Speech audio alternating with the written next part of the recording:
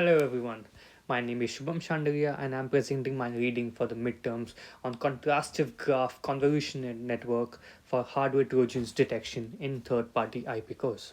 So my first question was why there was a need for this idea. So third-party intellectual property cores, also called as 3-pip cores, enables IC designers to focus on designing high-level features in ASICs or SoCs. This brings with it an increased number of bad actors seeking to exploit those circuits for various nefarious reasons. Therefore, there is always a threat where a malicious logic, also called as hardware trojans, can be inserted by untrusted vendors into 3-pip cores used in the IC designs.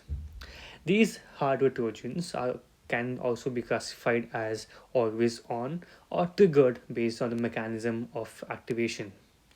The authors of this paper proposes a method to identify this trigger-based HT in designs containing synthesizable IP cores using graph convolutional networks.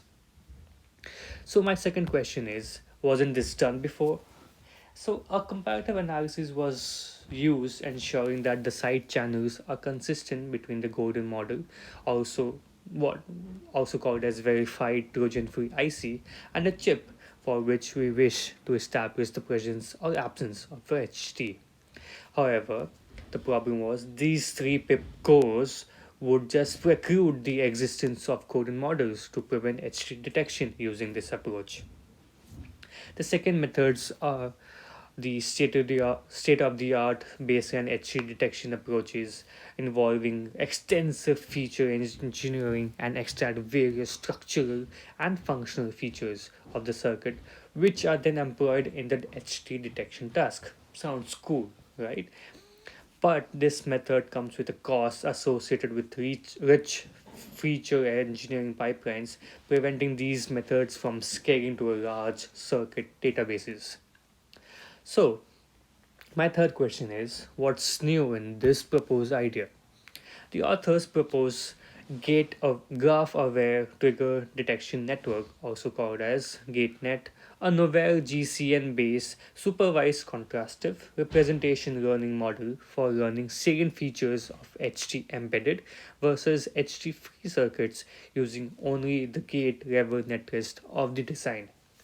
This GateNet does not rely on Golden model for trigger-based HT detection, and it was the first to employ graph convolutional networks as a method to model hardware trigger detection using unstructured circuit data. So, first, what were the challenges faced by them? Obviously, data paucity. The lack of publicly available Trojan inserter circuits, which is a bottleneck when the ML strategy is employed, requiring a large data set to train on. For example, out of 96 Trojan inserter circuits, only 5 of the circuits in Trust Hub benchmark contain trigger based HT that are activated based on legitimate user input. So, what was the solution? The authors presented a novel dataset representation for HT detection research. This method converts each benign circuit, which is basically a circuit lacking an HT, to a compact adjacency matrix with a number of nodes. Each node corresponds to a cell, could be logic gates or flip flops, and input or output of a circuit. The elements of A indicate which node in the C graph are connected to each other.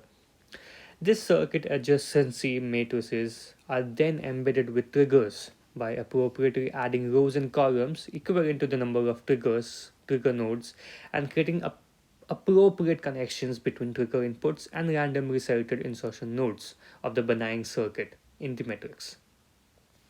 In this way, each matrix is embedded with each trigger to yield multiple HT embedded adjacency matrices. Following this, the inverse node fan-ins are extracted from these trigger embedded circuits. The aim for node is basically uh, a subgraph consisting of all parts All paths starting at a circuit input and terminating at the node I. This inf basically forms the input of the gatenet model and wherein the prediction is made whether this circuit contains a Trojan or not. This is an example of a full adder represented as a circuit matrix.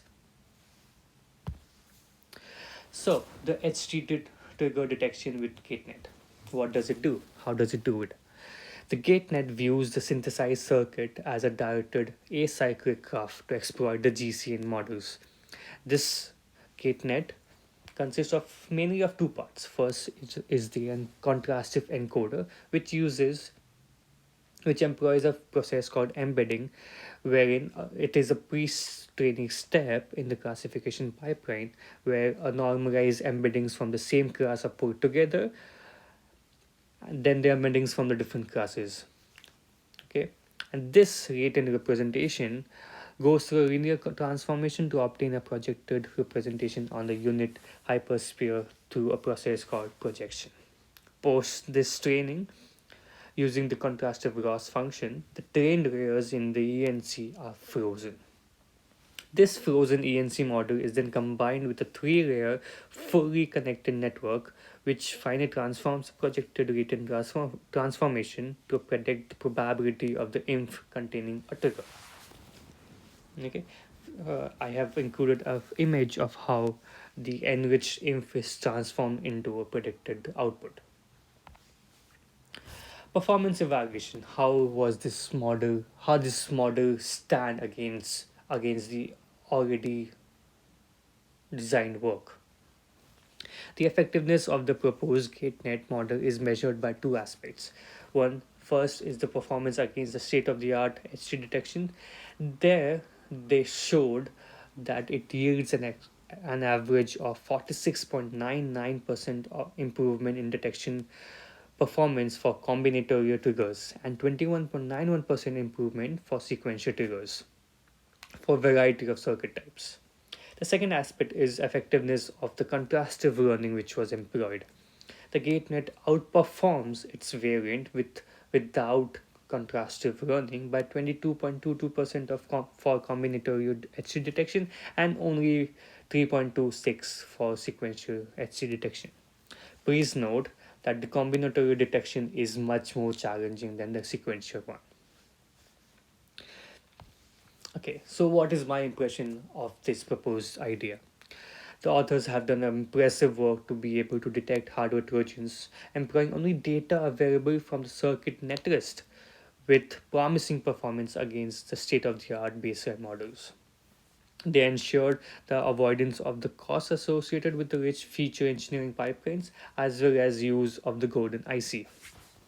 They also tackled very well with the issue of the data paucity with an excellent circuit representation technique in terms of compact adjacency matrix.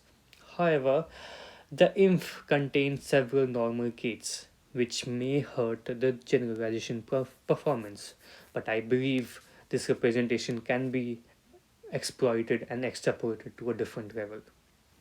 Also, the one hot codings of the cell types can be quite easily augmented to include richer features if available, thereby making GateNet a generic framework for representation learning for hardware circuits useful for various detection tasks.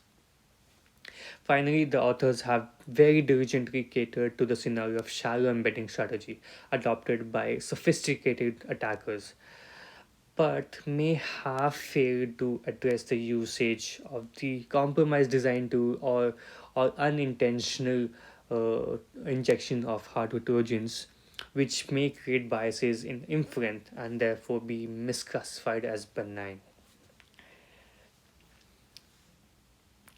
What are the implications of this idea? The proposed GateNet is phenomenal. Okay, it uses unstructured circuit data and can be easily extrapolated to detect other hardware weaknesses provided a meaningful dataset can be acquired.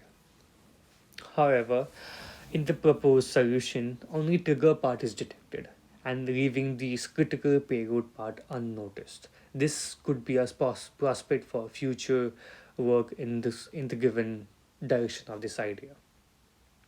Also, I feel the circuit-wise detection is little unrealistic as it fails to allow for further analysis of the root cause or the location where the hardware Trojan is inserted, and thus the decision cannot be made whether the redesigning has to take place or not, or where and which part of the IC requires a redesigning.